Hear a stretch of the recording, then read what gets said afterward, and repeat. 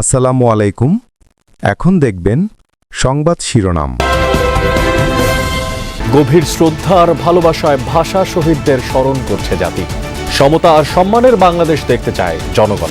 সবাই মিলে এসে এখানে ফুল দিতে পারছি শহীদদের। 52 সালে যে ভাষা আন্দোলনটা হয়েছে এবং আমরা এটা যাতে তরুণ প্রজন্মের কাছে পৌঁছে দিতে পারি, নতুন প্রজন্মকে মাতৃভাষা সম্পর্কে জানানোর জন্য ওকে নিয়ে আসলাম। একুশের প্রথম প্রহরে কেন্দ্রীয় শহীদ মিনারে রাষ্ট্রপতি ও প্রধানমন্ত্রীর শ্রদ্ধা।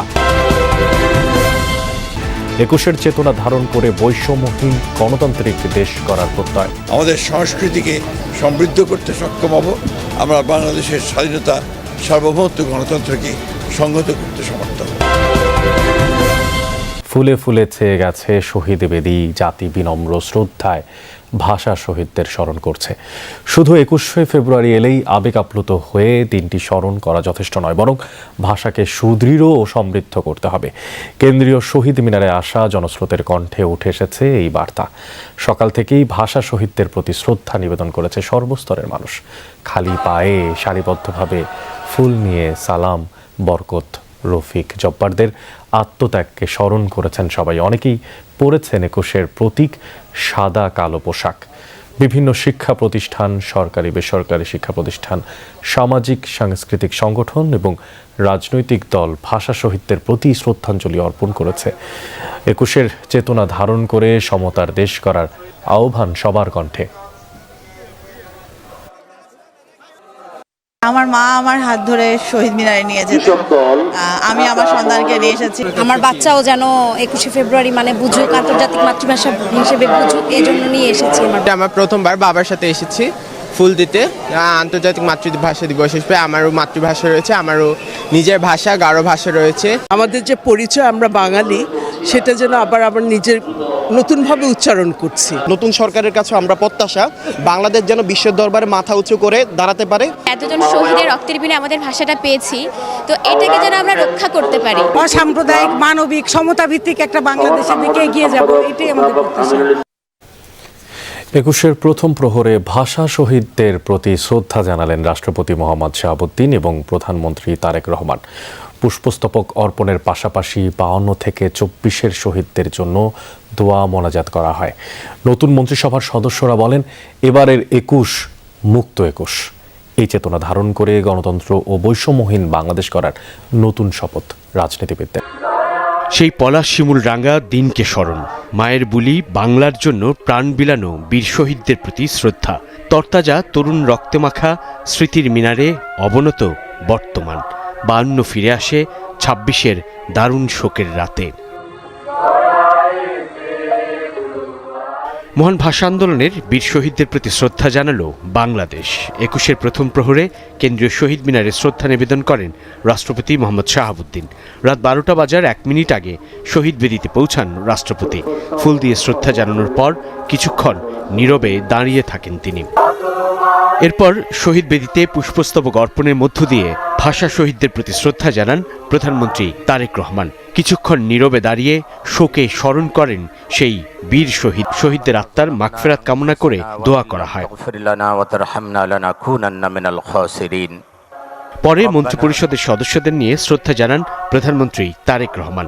মন্ত্রিসভার সদস্য সহ এই সময় উপস্থিত ছিলেন তারেক রহমানের উপদেষ্টা পরিষদের সদস্যরাও। পরে দলীয় প্রধান হিসেবে নেতাদের সঙ্গে নিয়ে ভাষা শহীদদের প্রতি শ্রদ্ধা জানান বিএনপি চেয়ারম্যান। সবশেষে তারেক রহমান তাঁর স্ত্রী ডক্টর জোবাইদা রহমান ও মেয়ে ব্যারিস্টার জাইমা রহমানকে সঙ্গে নিয়ে শহীদ বেদিতে ফুল দিয়ে শ্রদ্ধা জানান। প্রধানমন্ত্রীর শ্রদ্ধা নিবেদন শেষে 52-এর অকুতভয় বীর শহীদদের প্রতি শ্রদ্ধা জানান 3 বাহিনী প্রধান। পুষ্পস্তবক অর্পণ করেন ভাষা শহীদদের বেদিতে।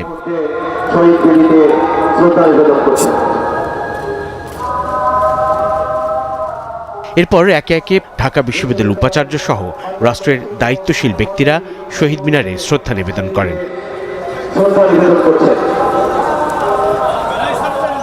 21-এর চেতনাকে ধারণ করে গণতান্ত্রিক বাংলাদেশ গড়ার শপথ নেন নেতারা। এই নতুন 21-এর যে অনুপ্রেরণা, সে অনুপ্রেরণা নিয়ে আমরা সামনের দিকে নিঃসন্দেহে জনগণের কল্যাণের জন্য আমরা কাজ করতে সক্ষম হব। আমাদের মাতৃভাষাকে আমরা আরও সমৃদ্ধ করতে সক্ষম হব, আমাদের সংস্কৃতিকে সমৃদ্ধ করতে সক্ষম হব, আমরা বাংলাদেশের স্বাধীনতা, সার্বভৌমত্ব, গণতন্ত্রকে সংহত করতে সমর্থ হব। ছাত্রগণ অভ্যুত্থানের পরে মানুষের যে আকাঙ্ক্ষা, প্রত্যাশা, তার মধ্যে হচ্ছে আমাদের যেন আমরা জাতীয় সংস্কৃতি এবং ইতিহাসকে সর্বোচ্চ মর্যাদা দিই। সেই হিসাবে আমরা এবারের 21কে মর্যাদাবান করার জন্য আরও বেশি চেষ্টা করেছি। আগামীতেও ইনশাআল্লাহ আমরা জাতির সমস্ত ইতিহাস, ঐতিহ্যকে, সংস্কৃতিকে ধারণ করে যথাযথ মর্যাদার সাথে সব কিছু আমরা পালন করব। সরকারের মন্ত্রীরা বলেন 21 বরাবরই প্রাসঙ্গিক এই বাংলাদেশে। স্বাধীনতার প্রেরণা, স্বাধীনতার যে আমাদেরকে যে দেশপ্রেম, এগুলো তো সব কিছু মিলিয়ে আজকের দিনটা অত্যন্ত গুরুত্বপূর্ণ। জনগণের স্বতঃস্ফূর্ত নির্বাচনের মধ্য দিয়ে একটি নির্বাচিত সরকার, দেশে পার্লামেন্টের আমরা সংখ্যাগরিষ্ঠতা অর্জন করেছি। আমরা এখন জনগণের স্বপ্নকে পূরণ করার কাজে আত্মনিয়োগ করব। রাষ্ট্রের গুরুত্বপূর্ণ ব্যক্তিদের শ্রদ্ধা নিবেদন শেষে সর্বসাধারণের জন্য উন্মুক্ত করে দেওয়া হয় কেন্দ্রীয় শহীদ মিনার। মধ্যরাতে ঢল নামে সাধারণ মানুষের। এখানে আমি কাঁদতে আসিনি, ফাঁসির দাবি নিয়ে এসেছি। এই রমনার ঊর্ধ্বমুখী কৃষ্ণচূড়ার তলে 21-এর প্রথম প্রহরে যে অগণন মানুষের ঢল, সেই ঢলও যেন তাই উচ্চারণ করছে। 21-এর সেই চেতনাকে, নিজের অধিকার রক্ষার, ন্যায্যতার সেই চেতনাকে ধারণ করে তার পথ চলতে চায়। আগামীর সেই পথ চলায় যেন আর কোনো রফিক, জব্বার, শফিউরের প্রাণ বলি দিতে না হয়, তাই যেন পুনর্ব্যক্ত করছে নতুন পরিবর্তিত পরিস্থিতি কিংবা নতুন রাজনৈতিক সরকারের প্রথম এই 21 ফেব্রুয়ারিতে। প্রিয় শহীদ মিনারে শ্রদ্ধা জানিয়ে আপোষহীন বাংলাদেশ বিনির্মাণের কথা বলেছেন বিভিন্ন রাজনৈতিক দলের নেতারা। তারা বলেন, ফ্যাসিবাদ কায়েম করে মুক্তিযুদ্ধ আর ভাষা আন্দোলনের ইতিহাসকে বিকৃত করা হয়েছিল। 21-এর কথা স্মরণে রেখে জাতি, ধর্ম, বর্ণ নির্বিশেষে নতুন বাংলাদেশ বিনির্মাণের প্রতিজ্ঞাই হবে ভাষা শহীদদের প্রতি প্রকৃত শ্রদ্ধা। আলামিন হক অহনের প্রতিবেদনে বিস্তারিত। শহরের সব পথ এসে মিশে গেছে কেন্দ্রীয় শহীদ মিনারে। শিশু, কিশোর, বৃদ্ধ কে নেই এই শোকের মিছিলে। খালি পা, হাতে ফুল আর শ্রদ্ধায় স্মরণ ভাষা শহীদদের। বিভিন্ন রাজনৈতিক দলের নেতাকর্মীরা শ্রদ্ধা জানান কেন্দ্রীয় শহীদ মিনারে। বিশেষ করে বিএনপির নেতাকর্মীদের ছিল উপচে পড়া ভিড়। দলটির বিভিন্ন অঙ্গ সংগঠন, থানা ও ওয়ার্ড পর্যায়ের নেতাকর্মীরা শ্রদ্ধা নিবেদন করেন। নেতারা বলেন, ভাষা শহীদদের যেমন স্মরণ করে জাতি, সেভাবেই 71 এবং 24-এর শহীদদেরও ত্যাগকে ধারণ করেই এগিয়ে যাবে বাংলাদেশ। 24-এর শহীদদেরকে আমরা ধারণ করে আমরা দেশকে সামনের দিকে এগিয়ে নিয়ে যাব। আমি এই দেশের সকল দল, মত, পথ সবাই ঐক্যবদ্ধভাবে আগামীতে এই দেশকে আমরা সামনের দিকে এগিয়ে নিয়ে যাব। এটাই আজকে 21-এর প্রত্যয়। সবাই যাতে মনে করে যে এই বাংলাদেশের প্রতি তারও দায়িত্ব রয়েছে এবং এই সরকারের সেও একটি অংশ, এবং সকলে ঐক্যবদ্ধ প্রচেষ্টাই আমরা আগামী দিনের বাংলাদেশকে এগিয়ে নিয়ে যাব ইনশাল্লাহ। গণতন্ত্রকে ধ্বংস করার মাধ্যমে আসলে মুক্তিযুদ্ধকেই ধ্বংস করেছিল।